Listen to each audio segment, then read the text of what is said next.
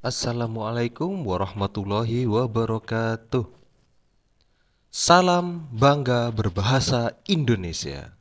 Apa kabar kalian? Saya harap kabar kalian baik-baik saja. Karena dengan kondisi yang baik, kita semua dapat melakukan pembelajaran dengan baik juga. Ada baiknya sebelum memulai pembelajaran, kita berdoa terlebih dahulu. A'udzu billahi minasyaitonir rajim. Bismillahirrahmanirrahim.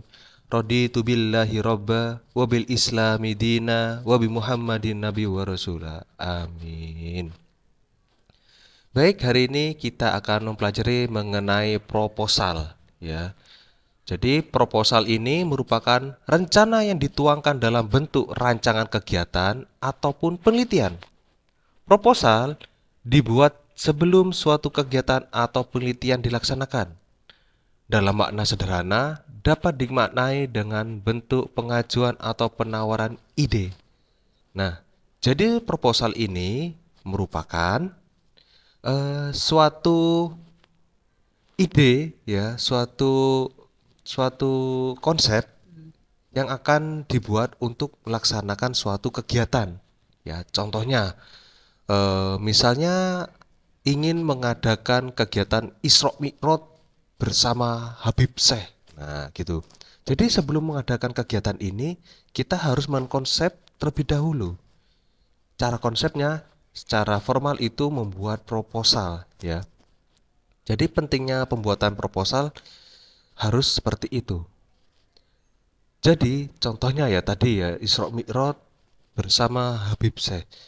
Jadi nanti bisa dibuat contohnya seperti ini. Nah, ya kan, ini contohnya ya.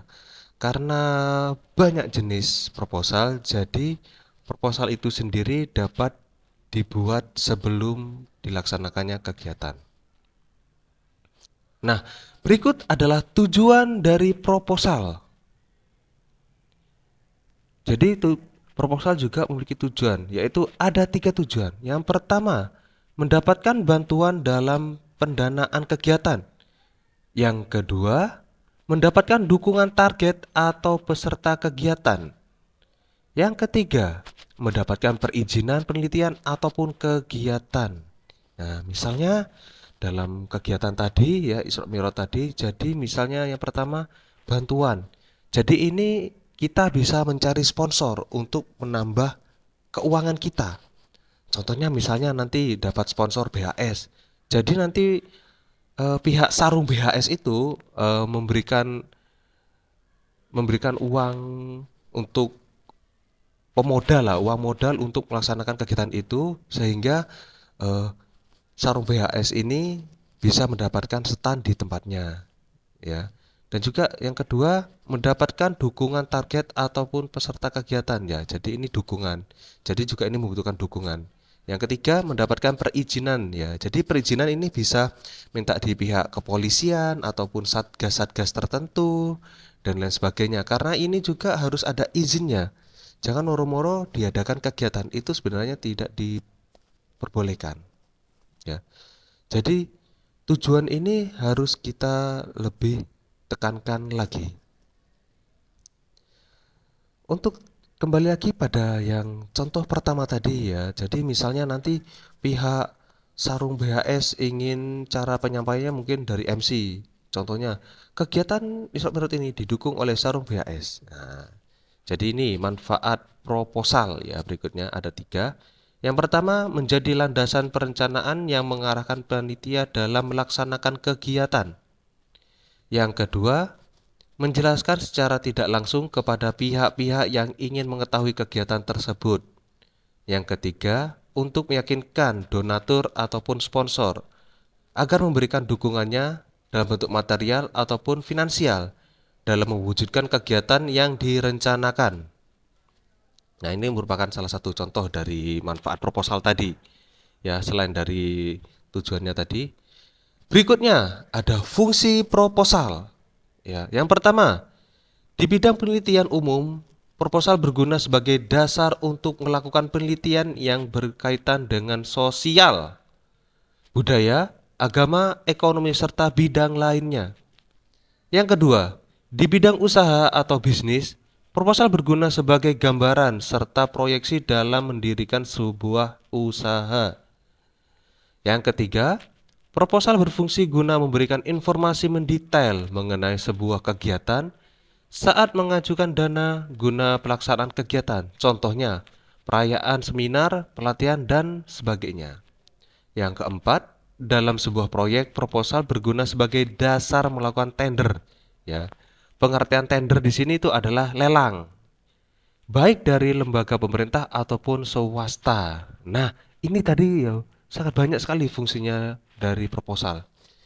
Jadi, proposal ini eh, alangkah baiknya sebelum terjadinya kegiatan harus terkonsep terlebih dahulu. Ya, nah ini juga merupakan proposal formal.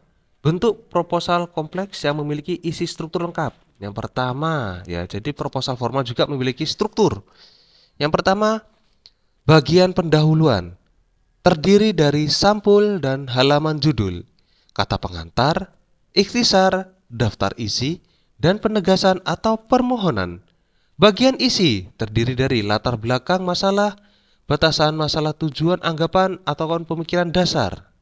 Yang ketiga, sedangkan untuk bagian penutup terdiri dari daftar pustaka, lampiran, dan lain-lainnya.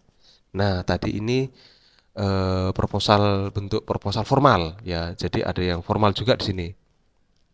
Jadi proposal itu sendiri harus bisa terkonsep terlebih dahulu ya. Karena ini juga harus sesuai dengan urutan, jangan sampai salah urutan. Misalnya nanti pendahuluan taruh di isi ataupun isi taruh di pendahuluan, itu sebenarnya salah. Tidak diperkenankan seperti itu. Contohnya lagi metodologi taruh di depan, terus taruh di metodologi juga taruh penutup ya. Jadi tidak bisa seperti itu. Jadi ini proposal non formal. Proposal ini tidak seperti proposal formal yang lengkap. Biasanya disampaikan hanya dalam bentuk surat. Biasanya selalu berisikan seperti permasalahan, saran-saran, pemecahan masalah, dan penegasan atau permohonan. Yang berikutnya proposal semi formal. Hampir sama dengan proposal non formal. Karena isinya tidak selengkap atau tidak memenuhi syarat-syarat proposal formal. Nah, jadi ada bedanya. Ada yang formal, ada yang non formal, ya. Jadi ini merupakan ciri-ciri sifatnya tadi ya. Jadi proposal ada yang non formal, ada pun yang semi formal. Jadi inilah ya gambaran dari pembuatan proposal itu sendiri, ya. Jadi kalian nanti harus bisa membedakan mana yang non formal dan juga semi non formal, ya. Nah, terima kasih ya sudah menjelaskan, sudah mau mendengarkan penjelasan singkat tadi ya. Jadi ini hanya penjelasan singkat saja. Semisalnya ada pertanyaan, nanti bisa ditulis di kolom komentar ataupun bisa melalui WhatsApp saya. Jikalau ada yang kurang paham dari penjelasan singkat saya tadi. Ya, baik. Terima kasih sudah mendengarkan. Wassalamualaikum warahmatullahi wabarakatuh.